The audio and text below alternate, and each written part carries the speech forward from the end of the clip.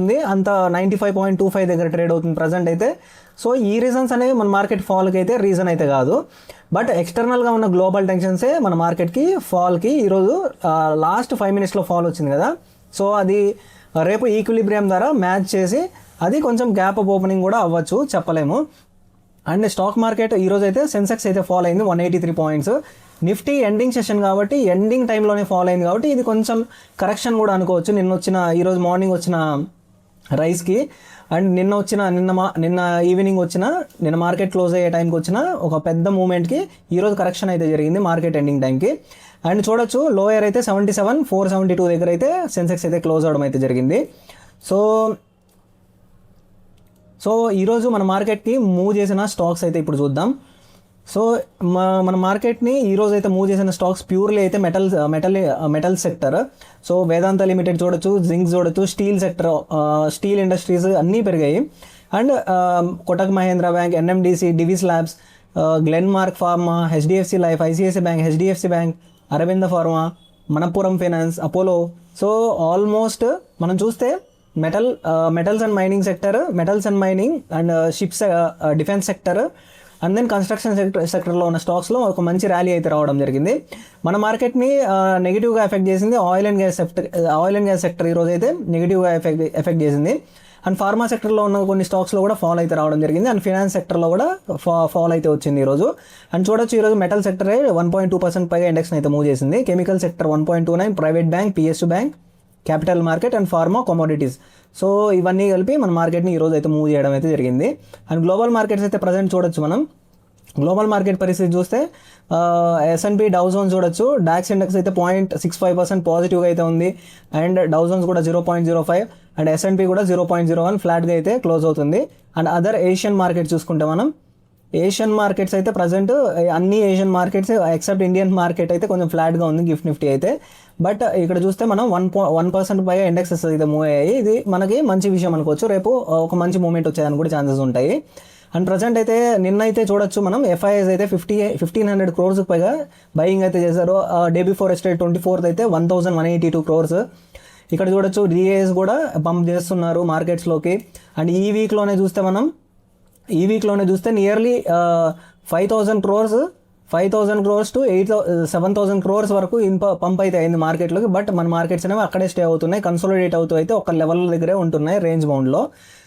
And present అయితే ఈ రోజుకి అయితే FII డేటా రావడం అయితే జరిగింది. సో ఆ FII డేటా కూడా చూస్తే మనం ఈరోజు చాలా ఎక్కువ 2,500 crores పైగా DAs బై చేశారు. అండ్ నియర్లీ FIIs కూడా సేమ్ ఈక్వల్ అమౌంట్ ఈ రోజు ఒకటే 5,000 crores పైగా బయింగ్ అయితే జరిగింది. ఈ వీక్లోనే చూసుకుంటే మనం నియర్లీ 10,000 crores పైగా FIIs అండ్ DIs కలిసి బై చేశారు, నెట్ బయింగ్ చేశారు. సో ఇది మన మార్కెట్కి ఒక పాజిటివ్ సైన్. సో FIIs తిరిగి వచ్చారు కాబట్టి మన మార్కెట్లో ఖచ్చితంగా ఒక మంచి మూమెంట్స్ వచ్చేదానికి కూడా ఛాన్సెస్ ఉన్నాయి రేపు, అది పాజిటివ్గానే.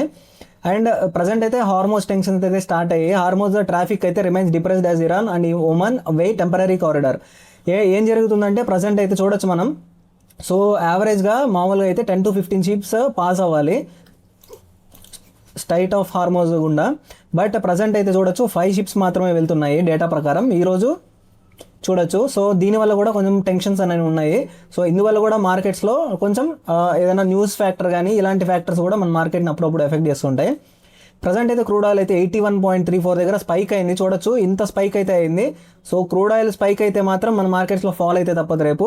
సో 81 నుంచి 85 మధ్యలో కానీ 85కి అలా ఓవర్ నైట్ వెళ్తే మాత్రం క్రూడ్ ఆయిల్ మన మార్కెట్స్లో రేపు కూడా కొంచెం కరెక్ట్ అయ్యేదానికి ఛాన్స్ ఉంటుంది. 24,000కి వచ్చినా ఆశ్చర్యపోనక్కర్లేదు నిఫ్టీ, ఎందుకంటే ఒక బేరిష్ మొమెంటం అయితే మార్కెట్ ఎండింగ్ టైంకి వచ్చింది.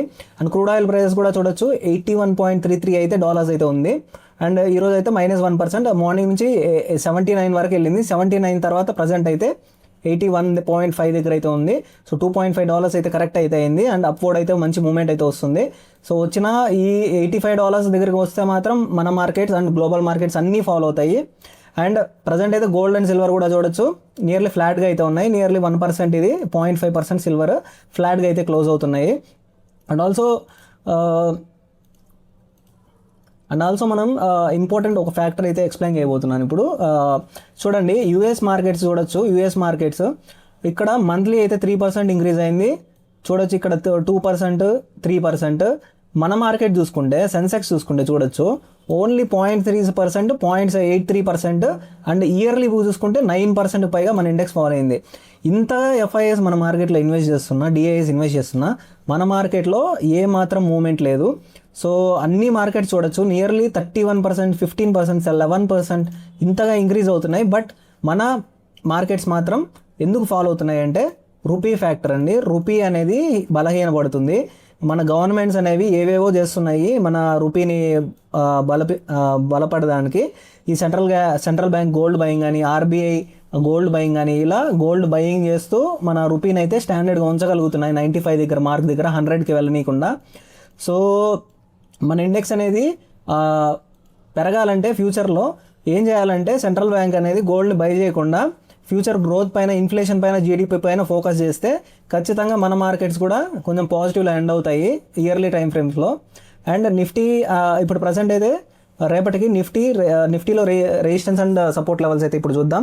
ఈరోజు మార్కెట్ ఫామ్ చేసిన క్యాండిల్స్ బట్టి చూడొచ్చు 25th నిన్న ఇక్కడ కన్సాలిడేట్ అవుతూ మార్కెట్ ఎండింగ్ టైంకి ఒక మంచి 200 పాయింట్స్ మూవ్ అయితే వచ్చింది.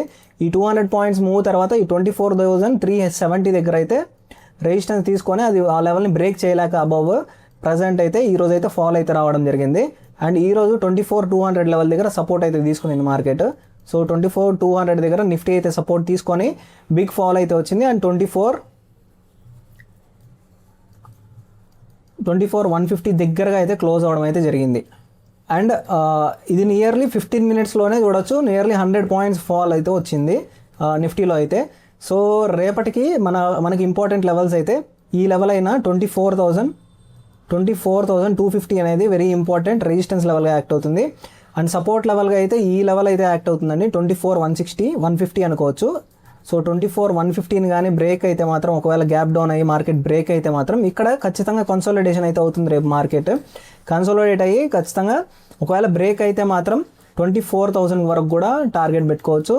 24,050 ఫర్దర్ 100 పాయింట్స్ ఫాల్ కూడా వస్తుంది మార్కెట్స్లో. 24,150 నుంచి 24,050 వరకు కూడా ఒక బిగ్ ఫాల్ ఎక్స్పెక్ట్ చేయొచ్చు.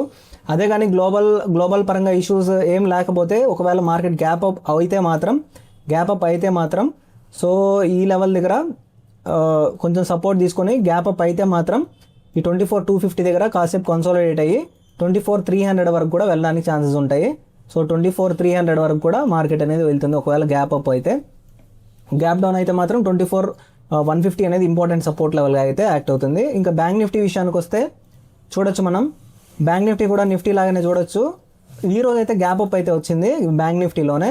గ్యాప్ అప్ వచ్చిన తర్వాత అగైన్ వెరీ బిగ్ మూవ్ అయితే రావడం జరిగింది. All PSU banks and banking సెక్టర్లో స్టాక్స్ మంచిగా పర్ఫామ్ చేయడం వల్ల ఈరోజు అయితే బ్యాంకింగ్ సెక్టర్ ఇంతగా నిఫ్టీ ఫాల్ అయినా సరే మార్కెట్ ఎండింగ్ టైంకి బ్యాంక్ నిఫ్టీ అయితే హోల్డ్ చేయగలిగింది పిఎస్యూ బ్యాంక్స్ వల్ల. అండ్ మేజర్ స్టాక్స్ అయిన హెచ్డిఎఫ్సి బ్యాంక్, ఐసిఐసిఐ బ్యాంక్ ఇవి మంచిగా పర్ఫామ్ చేయడం వల్ల ఈరోజు 1-2% పాజిటివ్గా క్లోజ్ అవడం వల్ల కూడా ఈ మూమెంట్ అయితే నిఫ్టీలో కరెక్షన్ వచ్చినా సరే ఇక్కడ కరెక్షన్ అయితే రాలేదు. సో ఈరోజు 57,800ని బ్రేక్ చేయడానికి ట్రై చేసింది. బ్రేక్ అయినట్టుంది, బట్ చూడాలి నెక్స్ట్ ఫామ్ అయ్యే క్యాండిల్ అనేది కన్ఫర్మేషన్ ఇస్తుంది బ్రేక్ అయిందా లేదా అనేసి. ఒకవేళ బ్రేక్ అయితే మాత్రం ఈ లెవెల్ అనేది వెరీ ఇంపార్టెంట్ సపోర్ట్ లెవెల్ అయితే యాక్ట్ అవుతుంది. 57,500 రేపటికి బ్యాంక్ నిఫ్టీలో. ఈ 57,500 కానీ ఒకవేళ మార్కెట్ కానీ గ్యాప్ డౌన్ అయ్యి టచ్ అయితే మాత్రం ఇక్కడ కాసేపు కన్సాలిడేట్ అయ్యి పైకి వెళ్ళడమో కిందకి వెళ్ళడమో తెలిసిపోతుంది. అదే కానీ రేపు కానీ ఒకవేళ గ్యాప్ అప్ అయితే మాత్రం ఈ 58,000 లెవెల్ దగ్గర 58,000 దగ్గర అగైన్ ఈ రోజు కన్సాలిడేట్ అయినట్టే చూడొచ్చు మనం. ఈ రోజు కన్సాలిడేట్ అయినట్టే రేపు కూడా కన్సాలిడేట్ అయ్యి అబౌవ్ పైకి వెళ్ళడమో కిందకి రేంజ్ బౌండ్లో ఉండడమో బ్యాంక్ నిఫ్టీ అయితే చేస్తుంది రేపు. అండ్ సెన్సెక్స్ కూడా నిఫ్టీ అండ్ బ్యాంక్ నిఫ్టీ లాగానే చూడొచ్చు. నిఫ్టీ అండ్ బ్యాంక్ నిఫ్టీ లాగానే గ్యాప్ అప్ అయితే అయిందండి. ప్యూర్ గ్యాప్ అప్ అయింది. గ్యాప్ అప్ అయిన తర్వాత చూడొచ్చు హ్యూజ్ ఫాల్ అయితే రావడం జరిగింది. 78,000 కూడా టచ్ అయిందండి చాలా రోజుల తర్వాత. 78,000 టచ్ అయిన తర్వాత ఇక్కడైతే కన్సాలిడేట్ అయితే మార్కెట్లో అయితే క్లోజ్ అవ్వడం అయితే జరిగింది 77,600 దగ్గర. సో హై నుంచి లోకి 200 చూడొచ్చు 400 పాయింట్స్ అయితే ఉంది. సో ఓన్లీ 400 పాయింట్స్ ఫాల్ వచ్చింది. నిఫ్టీ 150 పాయింట్స్ ఫాల్ అయినా సరే. సో రేపటికి ఇంపార్టెంట్ లెవెల్స్ చూసుకుంటే ఈ 77,600 అనేది ఒకవేళ మార్కెట్ గ్యాప్ అప్ అయితే మాత్రం ఈ లెవెల్ దగ్గర టెస్ట్ అయితే చేస్తుంది ఫస్ట్ రెసిస్టెన్స్ లెవెల్. ఒకవేళ గ్యాప్ డౌన్ అయితే మాత్రం ఈ లెవెల్ దగ్గర మళ్ళీ టెస్ట్ చేస్తుంది 77,300. సో 77,300 సో ప్లస్ -300 పాయింట్స్ దగ్గర ఒకవేళ గ్యాప్ డౌన్ అయితే ఇక్కడ టెస్ట్ అయ్యి అగైన్ పైకి వెళ్ళడానికి కూడా ఛాన్సెస్ ఉంటాయి. సో రేపటికైతే ఇక ప్రజెంట్ అయితే గోల్డ్ ప్రైజెస్ చూడొచ్చు. గోల్డ్ ప్రైజెస్ అయితే ప్రజెంట్ అయితే చూడొచ్చు ఫాల్లో అయితే ఉన్నాయి, కరెక్ట్ అవుతున్నాయి. సో ఇన్ని రోజులు అప్ ట్రెండ్ అయితే ఉంది. ఇప్పుడైతే ప్రజెంట్ ట్రెండ్ లైన్స్లో చూసుకుంటే డౌన్ ట్రెండ్ అయితే ఫామ్ అయింది. క్యాండిల్స్ అయితే ఈ 4622 దగ్గర అయితే ఉంది. సో ఖచ్చితంగా ఇది 4600 వరకు వచ్చి ఖచ్చితంగా మళ్ళీ సపోర్ట్ తీసుకొని పైకి వెళ్తుంది ఓవర్ నైట్లో. అండ్ వీడియో ఎండింగ్లో ఒక స్టాక్ గురించి చెప్తానన్నాను కదా, అదేంటో కదండి, అది ఐడిబిఐ బ్యాంక్ గురించి. సో చూడొచ్చు మనం ఈరోజు అప్ ట్రెండ్, ఈ స్టాక్ అయితే పర్టికులర్లీ అప్ ట్రెండ్లో అయితే ఉందండి చూడొచ్చు. సో లోడ్ అవుతుంది చార్ట్, 1 సెకండ్. చూడొచ్చు మనం అప్ ట్రెండ్లో అయితే ఉంది. 65 వరకు కూడా వెళ్ళిందండి స్టాక్ అనేది. 65 వరకు కూడా, 65 రూపీస్కి కూడా వెళ్ళి ప్రజెంట్ చూడొచ్చు వీక్లీ టైం ఫ్రేమ్ అండి ఇది. సో వీక్లీ టైం ఫ్రేమ్లో చూడొచ్చు ఎంత మంచిగా వీక్ బై వీక్ స్టాక్ అనేది ఎంత బాగా మూవ్ అవుతుంది అప్ ట్రెండ్లో. సో దీని టార్గెట్ అయితే నెక్స్ట్ అయితే 115 అనుకోవచ్చు. బట్ ఈ 115 అనేది ఎప్పుడు రీచ్ అవుతుందంటే ఈ స్టాక్ అనేది, సో 115 అనేది దీని టార్గెట్ అనుకోవచ్చు. బట్ ఈ లెవెల్ని అయితే బ్రేక్ అవ్వాలండి. ఈ లెవెల్ అయినా 100ని కానీ బ్రేక్ అవ్వగలిగితే మాత్రం రేపు ఖచ్చితంగా ఇంకో 15 రూపీస్ వరకు స్టాక్ మూవ్మెంట్ అయితే ఉంటుంది.